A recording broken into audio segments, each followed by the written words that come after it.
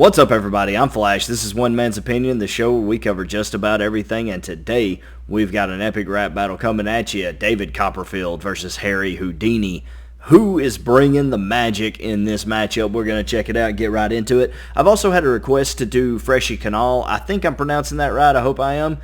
So I'm going to be looking into those recently. I was told that they are still current and active and uploading new videos, and so maybe we'll give it a shot. I've been told that it's about on the same level as Epic Rap Battles, so we're going to give it a shot. I don't know that we'll do all of them, but maybe we'll look into a couple. It's not anything. I'm aware of Freshy's channel.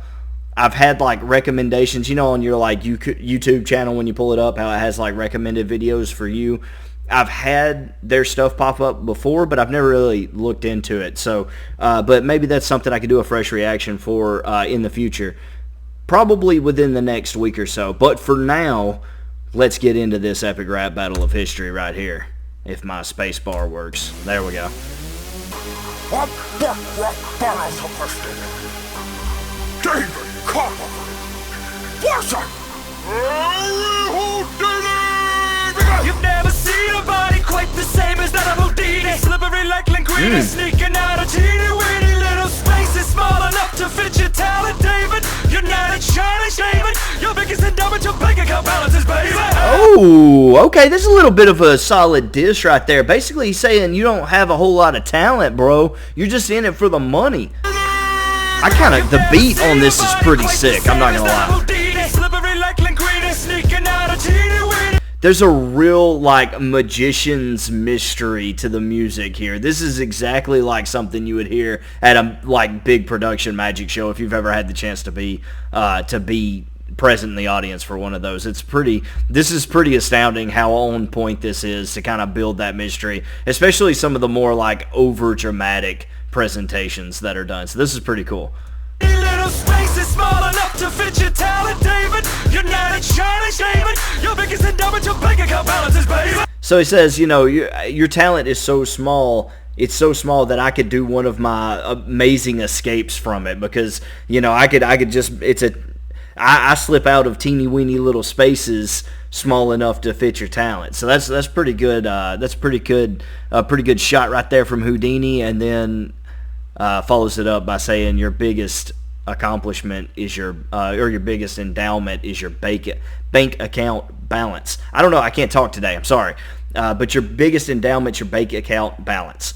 And so that could also be a little bit of a shot at his manhood, not just his talent as a magician, but also a shot at his manhood, because people talk about being well endowed, that sort of thing. So a bit of I would say a twofer right there, two punches in one right there coming from Houdini. It's not a bad open.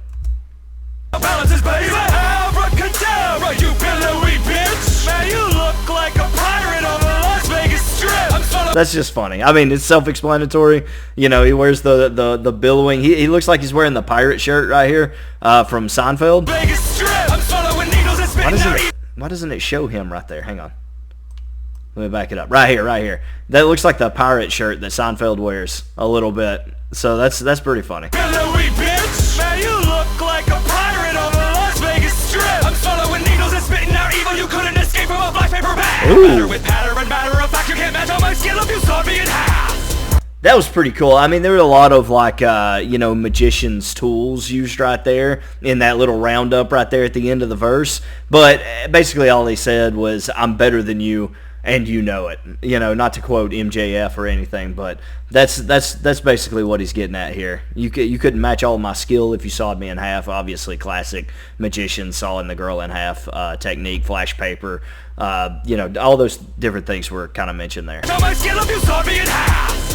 When I was a child, you were a god to me. I had to do what you do. Now, you're like a Chinese wall to me. Bitch, I'll walk right through you. Ooh! You used to. That's a pretty solid punch right there. I will say that there's definitely going to be some ease for Copperfield. He was inspired by Houdini, obviously, but went bigger and better than Houdini in a lot of things, and that's easy once somebody has set the bar for you. It's easier to for someone to eventually surpass that once the bar has been set. Houdini didn't really have anybody to compare himself to, and was doing things in his day and age that had never been done. Houdini was as much a stunt man as he was a magician. You know, he was always, you know, an escape artist, that sort of thing. But still, Copperfield kind of had that bar and kind of surpassed him and did a lot of Houdini's tricks bigger and better. So, I mean, the punch stands. Granted, it is an easier hurdle for Copperfield because that bar was set for him, but it's not wrong. He says, you were like a god to me. I had to do what you do. Now you're like the Chinese wall for me. I'll walk right through you, which is also a trick that he performed. So, you know, that's solid right there. God to me. I had to do what you do. Now you're like a Chinese wall to me. Bitch, I'll walk right through you. This ain't the magic that you used to. I float a rope's hands free like it's Bluetooth. Ooh. Make your politics irrelevant. Foot of Lady Liberty, you stop it on your elephant. Ooh. Movies and you fail to making keys. Hold up now. I mean, Copperfield's kind of got a flow about him, too. He's going quick. I'm going to have to break it down. As a child, you were a god to me. I had to do what you do. Now, you're like a Chinese wall to me. Bitch, I'll walk right through you. This ain't the magic that you used to. I float a rope's hands free like it's Bluetooth. I float a rose hands-free like it's Bluetooth. That's just good pen right there. That's pretty good. I float a rope's hands free like it's Bluetooth. My grand illusions make your parlor tricks irrelevant. Foot of Lady Liberty, you stop it on your elephant. He said, my grand illusions will make your parlor tricks irrelevant. He said, I see your Lady Liberty stomping on your elephant, or something along those lines. Harry Houdini made an elephant disappear. This man made the Statue of Liberty disappear. Are you kidding me? That's a mean flex right there. My grand illusions make your parlor tricks irrelevant. Foot of Lady Liberty, you stop it on your elephant. You fail to making movies and you fail to making keys. You stick to what you're good at and lock them lids. Ooh, here's a chick that might drive you nuts. I'll hack your shit and I keep it locked up. Got those slim fingers that were built for fights. You're a chunky stunt man dressed in tights. Hold up. He said everything I said. Hold up. He stole my verse. Stick to what you're good at and lock them lips. Stick to what you're good at and lock them lips, because he was all about locking himself up. Here's a tidbit that might drive you nuts. I bought half your shit and I keep it locked up. I bought half your stuff and I keep it locked up. The double entendre there, saying I don't need it. I bought it and I don't even use it because it's worthless to me. But then also because he was so well known for locking himself up, he's playing off the lock your lips again. That's wild. Did I miss something else in there? I'm going to run it back a little bit. I float a rope's hands free like it's Bluetooth. My grand illusions make your parlor tricks irrelevant. Foot of Lady Liberty, you stop it on your elephant. You failed at making movies and you failed at making kids. That right there. You failed at making movies and you failed at making kids, dude. He's calling you a failure. Yo, I ain't going to lie. David Copperfield packing a whole lot into these verses. He's doing a lot more than Houdini did. And, just the thought of that. About how Houdini was here, and he set the bar, and then Copperfield said, I'm going above it. I'm going to raise the level, It is what it is, but he's using a lot of the same stuff I was talking about a second ago.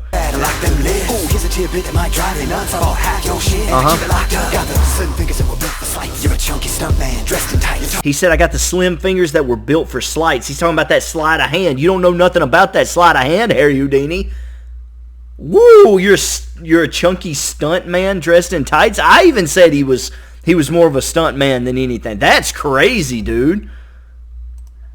Got those slim fingers that were built for fights. You're a chunky stunt man dressed in tights. Oh shit about your hero. That ain't right. But you can look up to me now. I know you like heights. Oh, you can look up to me now. I know you like heights. Come on, dude. He said, I like how he even acknowledged it. I hate to talk crap about my hero, that ain't right. But you can look up to me now. I know you like heights. The backhanded compliment right there, that's a good round for Copperfield. I ain't going to lie. Copperfield round 1. Easy win, Copperfield round 1. Hero, that ain't right. But you can look up to me now. I know you better bring something.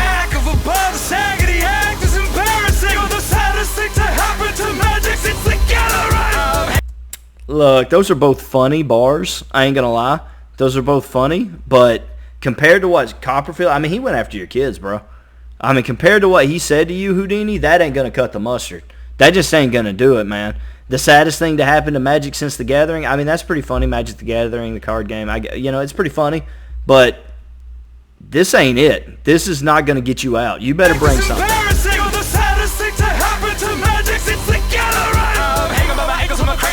Yep.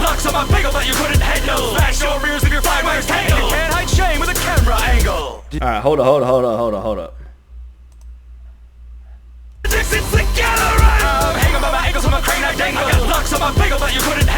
I got locks on my bagel that you couldn't handle? I'm missing that one. I mean, it seems like it should be more, like there's more to it than just what's on the surface. I don't know. You're gonna have to help me out with that one in the comments below. Smash your mirrors if your flying wires tangle.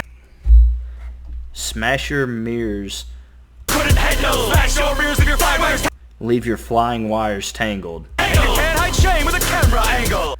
You can't hide shame with a camera angle. So all he's saying, he's taking. Okay, yeah. He's going after Copperfield's big tricks. You know, it's all mirrors. It's all fly wires. They're, you know, the little bitty wires that you can't see so that he can fly around. You can't hide shame with a camera angle. He's saying your stuff is really obvious. I was actually putting my life in danger. You're just using little, you know, camera angle tricks, mirrors. It's all fake. There was realism to what I was doing. There was real danger involved with my stunts. You want to call me a stunt man? There was real danger involved.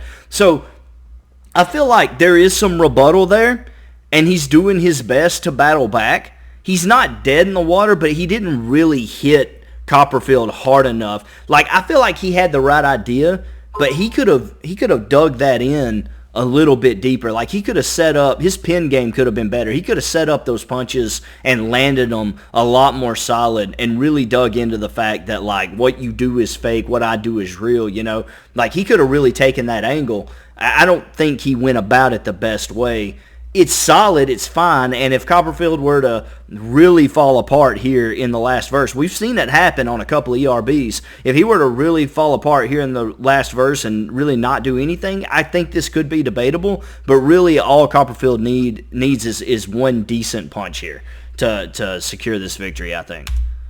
Did somebody say angel? Oh, no. See what they be watching if it wasn't for me. I remember what Hang on now. Wait a minute. Angle. Did somebody say angel? No. see what they be I love this for so many reasons. Hold up. I love this because Epic Rap Battles is so typical to bring somebody in with an introduction like that. And so it's almost a joke at themselves. Like, ERB's almost kind of like joking around, you know, making themselves the punchline right here a little bit. Angle. Did somebody say angel? Because that's such a typical intro for somebody in an epic rap battle when that third unknown or fourth person's going to get thrown into the battle. And then Houdini's like, no one wants to talk about Chris Angel. Mind freak! Nobody wants to talk about that. And then he just goes away. See what they be watching if it wasn't for me. I remind the world of magic is supposed to make you happy. While you waste time proving everybody wrong, I'm backstage getting my supermodel groove on. Just relax. Okay. I mean, he didn't really use this for anything, though. See what they would be watching if it wasn't for me. I'm a reminder that magic is supposed to make you happy. I mean, that's all well and good, but you're battling Houdini, not Chris Angel. So keep your eye on the prize here. We don't want to see a collapse here from Copperfield in the last round. That's nothing. Also nothing. You waste time proving everybody wrong. I'm backstage getting my supermodel groove on. Like, it's a fine flex, but David, you need to do something here. I like an easy win because it's easier for me after the video. I get to say, hey man, easy win. Well, let's go home, you know. But if I got to sit here and now I gotta think about this thing. Let's go. Take a private trip to my private island, suck my private dick. Summon up a little Halloween brunch, deep fried suck off the side of punch. Hang on. Hang on. One more again. I remind the world of magic is supposed to make you happy. While you waste time proving everybody wrong, I'm backstage getting my supermodel groove on. Just relax, take a private trip to my private island, suck my private dick. I'll summon up a little Halloween brunch, deep fried suck off the side of punch. Who's that? Go, star. Well, he didn't really do anything. You know what I mean? Like, on the one hand, Copperfield really dominated that first round. On the other hand, Harry was the only one who did anything in the second, right? And so you're really stuck with this choice. It's like, was Copperfield's first round so much better that he wins the whole thing? The private island thing was funny, but he didn't do anything with the second round at all. it's hard for me to reward a victor who sort of fell asleep at the wheel because they thought they had the win in the bag. At least Harry was still punching in the second round. Like, you got to give credit to Harry Houdini for not laying down after what was a devastating first round for him. And it wasn't so far out of reach. You know, it wasn't like Harry didn't say anything in that first round. So this is kind of tough. I'm actually thinking I'm going Harry Houdini here, and I know that sounds like it shouldn't be right, but I can't reward a guy who did nothing with his second round. His first round was great, but Harry was at least still swinging through two, and David fell asleep at the wheel, man. I'm going Harry Houdini. I don't care. Let me know what you thought in the comments below. Maybe I'm wrong on this one. I could definitely hear some debating going on. Maybe I missed some bars. Maybe there was some stuff in there I didn't pick up on. You'll have to let me hear it in the comments down below. We'll talk about it. If you think I'm wrong, if you're upset, if you think Copperfield definitely won this one, don't get mad. Remember, this is all one man's opinion. Thanks.